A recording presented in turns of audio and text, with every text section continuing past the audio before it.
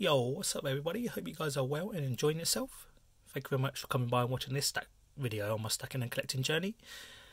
Apologies for not being around and not replying to comments recently. Just been really busy with real life stuff and yeah, been really hectic, so it's always nice to just find a few minutes just to create these videos really. And yeah, hopefully I'll get back into replying to all the comments. And yeah, also watch other people's videos. But in this video, just wanted to have a chat really, because this week just been going on about collecting other stuff and comparing it to precious metals, silver and gold really. And so I thought, you know, my kids as a good example of this is basically I'll give them these coins, and 20 years time, let's say, are they really going to care about this or what it looks like, etc.? Because obviously when you're collecting stuff, you like to collect stuff that you like. Now I could give them one of these, gave them one of these, and yeah, they look nice, fair enough, but yeah, they're not really that interested in the actual art of it, or well, they are interested in art because they do say it looks nice, but really at the end of the day we're just buying this stuff for the silver content really. That's if you're a stacker, let's say, but if you're a collector, you're collecting these to enjoy and just sit around and look. And other collectibles like gaming and could be anything in collecting, like Pokemon cards, etc. If I think back now, collecting Pokemon cards was really enjoyable, but if my kids and that buy this and enjoy this in 20 years time, they will be able to buy this, I believe. And will it give them the memories of, you know, oh, I just bought a silver coin, it looks good, fair enough. But if, like, say for example, Pokemon cards, they're enjoying that, they're playing the game, they're collecting, making a collection, and over time their collection will grow in value, like it has done throughout these past few years, it looks like. But with collecting gold and silver, yeah, it's nice. The artwork is nice to us because we're a little bit older than kids, let's say. Well, I am anyway, but my kids are not really going to be remembering these coins, like the Britannia and these, because they're not playing with them every day. But in 20 years time, I'm sure they'll remember collecting Pokemon cards, which they're enjoying right now. And so the memories and nostalgic of collecting is always I think going to be a deciding a factor in your decision making, because say Pokemon cards, you were like 20 years older, you're always going to remember that card that you're going to pull out of a pack, like a mystery pack, let's say.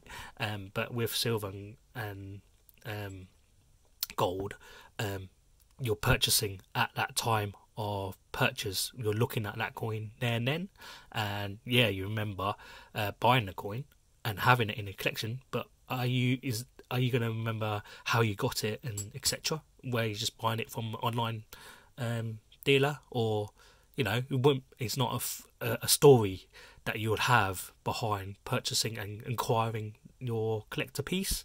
For example, this, yeah, I bought it from an online dealer, and the story was, yeah, I saw it one day, I liked it, I bought it, and I liked the look of it, and I kept it.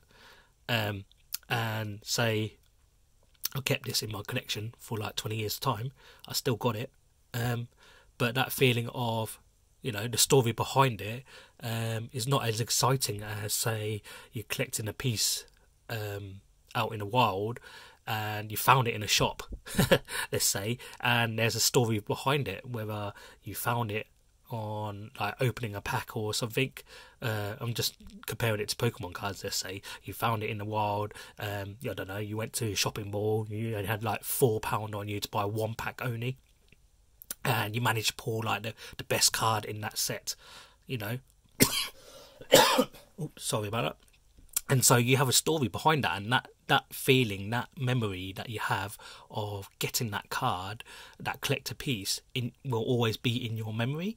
And so when you're thinking 20 years time, you're not going to forget that, because say if you did lose that card or whatnot, and then you made some money on it, you're always going to remember that. And so the memories that you're also producing and purchasing your silver and gold or any collectible also comes into a factor, I believe.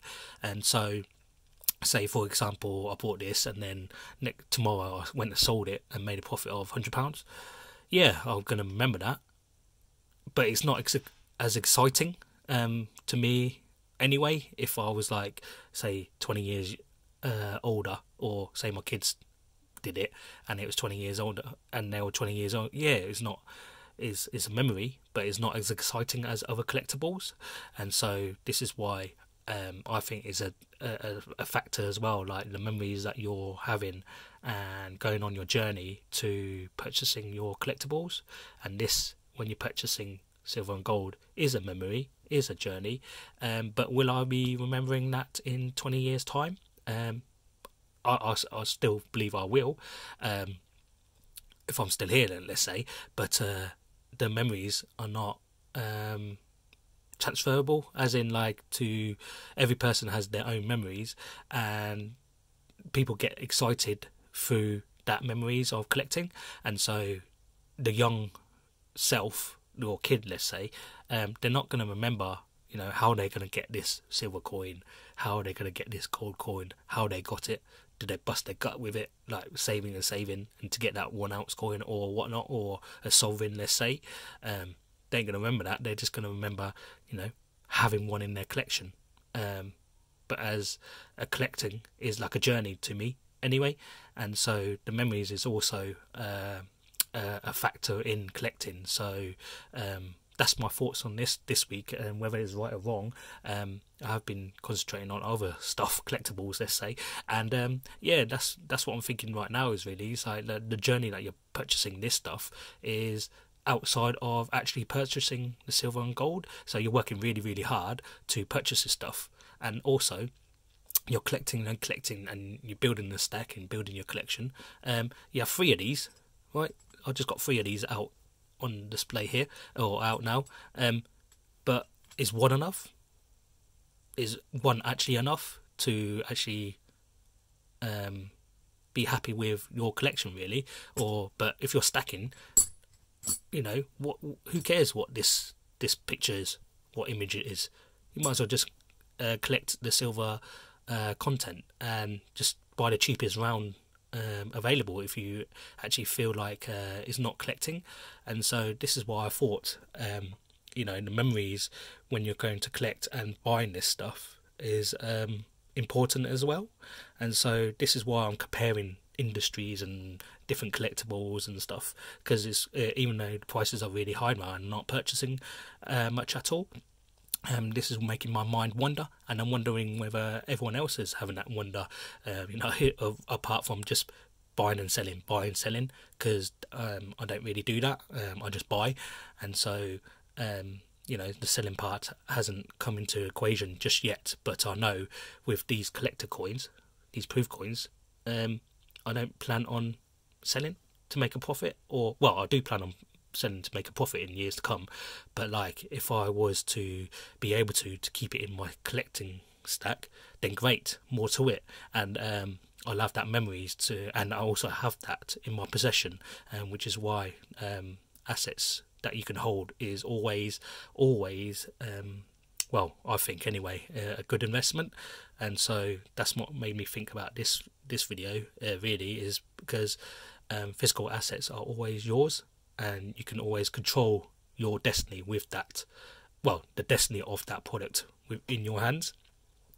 So that's my thoughts on it this week anyway, and I thought I'd put that in a video because it's interesting that my thoughts are going wild on this at the moment, because I'm going into other collectibles. And so, and the funny thing is, with silver and silver mainly, you talk about VAT, tax on coins, etc. This is no different to me anyway. This is no different than purchasing, let's say, a Pokemon card, and other collectibles, because they don't even moan about people who collect in Pokemon cards or any other collectibles and that. They don't even moan about VAT. They don't even come into equation. They just buy it and don't even think about VAT. Why is it that silver, we think so much about VAT here in the UK and tax, etc.? Because I know when people are collecting other things as a hobby, they don't even think about VAT. Well, they do, because they is in the total price, but they don't think about sending it at the end to charge VAT or whatnot. And it's only in the silver market that here in the UK anyway, that people make a big fuss about the VAT tax on top. But with me, I just look at the total price of what I'm getting in and then what I can get out of it. So the VAT doesn't really come into equation when I look for buying stuff. I just look at the total price. Yeah, it may say this amount is VAT, but yeah, I just look at the total price at the end of the day. But this video is all about collecting and comparing the industry, really, different collectibles, and the way I see it at the moment. It's quite interesting to see other assets and thinking silver and gold is like the same thing, same commodity, really, because you're still physical assets and you can still sell it and buy it. And so yeah, I thought I'd put that down in the video. Probably no one probably followed me on my thinking on this video, because it's just totally off topic, I believe. And so let me know what you think of that, though, whether I'm like going mad or whatnot. I actually think that silver and gold is actually the same as some other collectibles, because that's what we're doing, is collecting stuff, really. But or is that totally the wrong thinking? So yeah, let me know, and hopefully I can get back to you on the comments this week, and hopefully stay safe, and hopefully I'll see you in the next one. Cheers, bye.